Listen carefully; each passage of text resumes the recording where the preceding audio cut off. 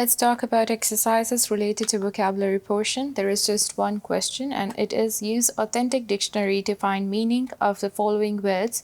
Identify part of the speech of the words through abbreviation used. Also find their pronunciation through pronunciation key.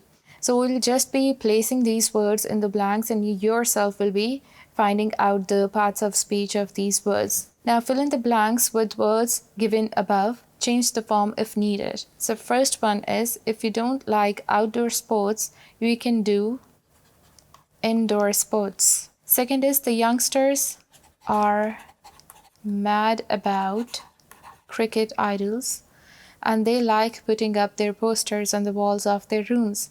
Third is, my little brother is keen on saving his pocket money. When I ask him for it, he never lends me. Fourth is, if you spend lots of hours in front of TV, that means you just waste your precious time.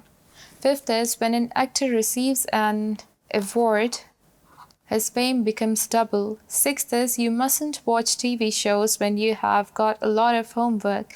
Dash, when you have an exam the next day, you had better turn it off entirely. Especially. Seventh is, when you dash me in front of my friends, I feel embarrassed. When you kid me. Eighth is, my father and I go dash every morning. That's why we feel healthy and fit. I go for jogging. Ninth is, I don't dash the meaning of it now. I need to look it up in the dictionary. I don't remember. 10th is, dash activities have the same meaning as the free time activities. Leisure activities. 11th is, dash is a long, difficult journey. Trekking.